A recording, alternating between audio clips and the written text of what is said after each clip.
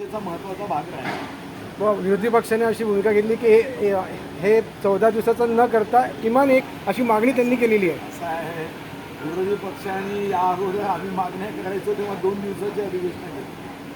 खरं तर माननीय देवेंद्र फडणवीसजी, माननीय एकनाथजी, माननीय सुनेत्राताई यांच्या नेतृत्वामध्ये आम्ही 3 आठवड्याचं अधिवेशन सांगितलं आणि 3 आठवड्याचं अधिवेशन होते आहे.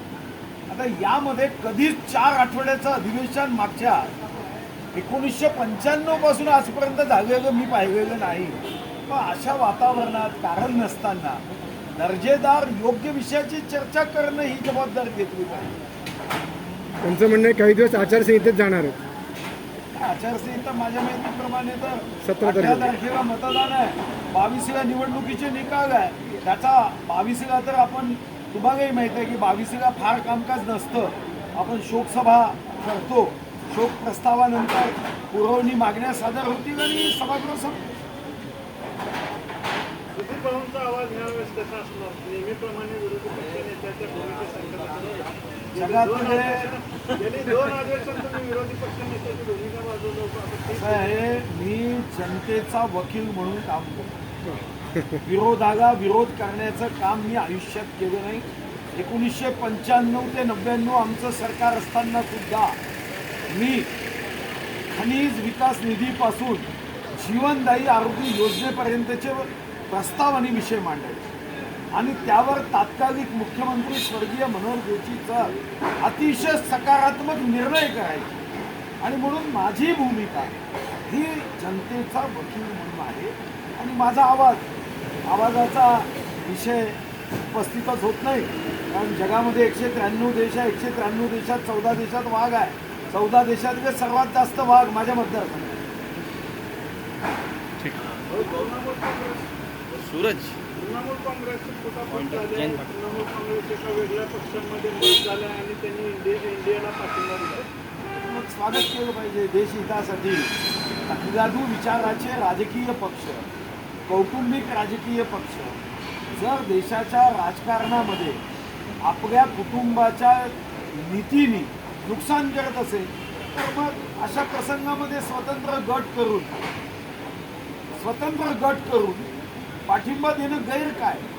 शेवटी या देशामध्ये तुम्ही राम मंदिरांना विरोध करता, 370ला विरोध करता, तलाकला विरोध करता, महिला आरक्षणाला विरोध करता, राम हे काल्पनिक कथा आहे असं सांगता, अयोध्येच्या राम मंदिराला तुम्ही विरोध करता, समान नागरी कायद्याला तुम्ही विरोध करता, देशाची आत्मा अस्मितेला विरोध करता. कधी ना कधी असा प्रसंग तुमच्यावर येणारच आहे. हा तृणमूल काँग्रेसचाच नव्हे, अनेक पक्षात येणार आहे. आता सध्या 99 आहे म्हणून काँग्रेसचे. पण याच तृणमूल काँग्रेसमध्ये जे तुमच्याकडे आले ते नरेंद्र मोदींबद्दल अतिशय खालच्या पातळीवर जाऊन टीका करत होते. सयानी घोष असतील किंवा तृणमूल काँग्रेसचे आणखी ते त्यांना सुद्धा आता माननीय विश्वगौरव, देशगौरव नरेंद्र मोदीजींचं हेच तर वैशिष्ट्य आहे की मला शिव्या दिल्या म्हणून राष्ट्रहितासाठी जर कोणी पुढे येत असेल तर व्यक्तिगत अहंकारामध्ये न राहता देशाचा स्वाभिमान, देश हा माझ्यासाठी सर्वोपरी या भावनेने करतात. उद्या एखाद्या राजकीय नेत्यांनी मला शिव्या दिली म्हणून देशहितासाठी कोणी वाघ्याचा वाल्मिकी होत असेल तर त्याला थांबवलं तर रामायण कधीच निर्माण होणार.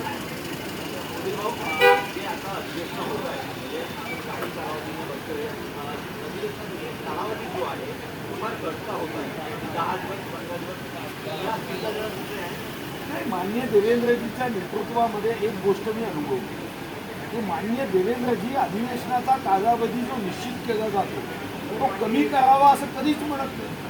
आजही मी अनुभवलं. आजही काही नेत्यांना असं वाटत होतं की 2 आठवड्याचं अधिवेशन करा.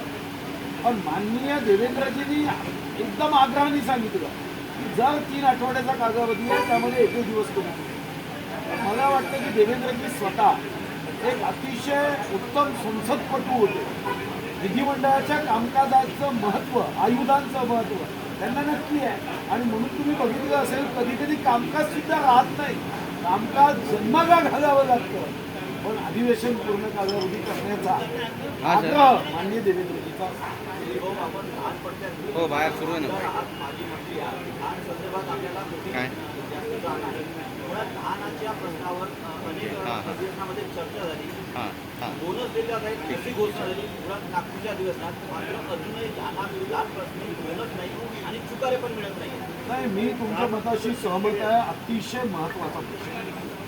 शेतकरी हा तसाच मुळात अतिशय गरीब आहे. शेती हा मजबूतीचा व्यवसाय असण्याच्या ऐवजी मजबुरीचा व्यवसाय आणि त्यामध्ये धान उत्पादक हा तो शेवटी उभा आहे. आता यांना बोनस द्यावा म्हणून मागच्या अधिवेशनामध्ये मी लक्षवेधी केली.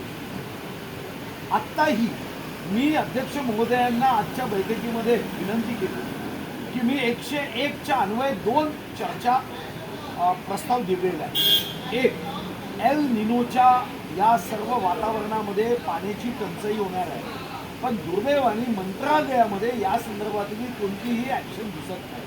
आणि म्हणून एक अल्पकालीन चर्चा दिली जी GSDAवर आधारित आहे, की ज्यामध्ये आपला भूजल पाण्याचा स्तर एवढा खालती चालला आणि त्याच्यावर जर उपाययोजना केली नाही तर पाणी पिला के याऐवजी पाणी के लिए मोहताज अशी भूमिका मंत्रालयातल्या सचिवांची असू शकते. आणि दुसरा विषय धानाच्या बाबतीमध्ये दिला आहे की धानाला बोनस देणं गरजेचं आहे.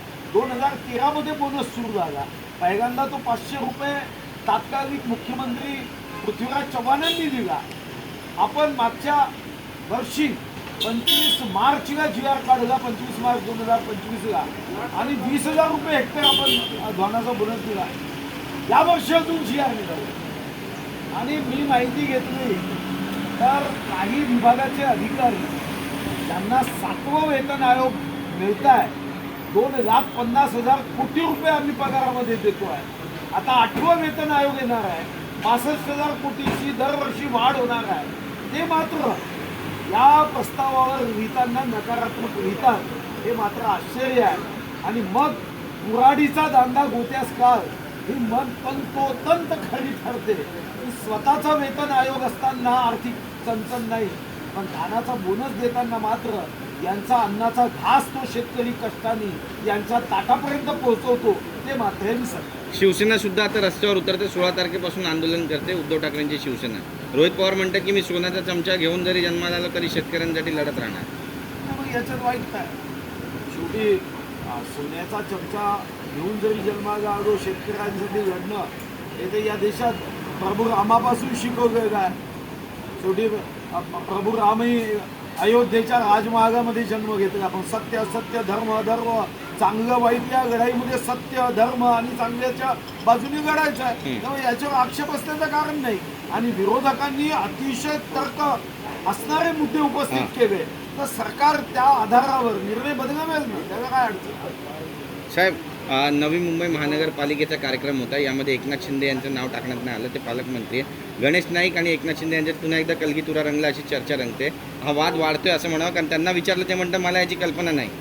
याच्यावर मी प्रतिक्रिया देणार नाही, कारण माझा तिथं काही संबंधही नाही आहे. आणि याबद्दल दोन्ही नेते हे मंत्रिमंडळात आहे, मी तर मंत्रिमंडळाच्या बाहेर आहे. बाहेरून मी कशाला याच्यावर चर्चेत भाग घेऊ? दोन्ही मंत्री आहेत, उपमुख्यमंत्री आणि मंत्री म्हणून ते मुख्यमंत्र्यांशी चर्चा करतील आणि मुख्यमंत्री महोदय काय सांगायचं ते सांगतील. मी बाहेरून बोलण्याचा काय अधिकार? तुम्ही आतमध्ये येणार आहात? मला येऊ देईल असं वाटतं तुम्हाला?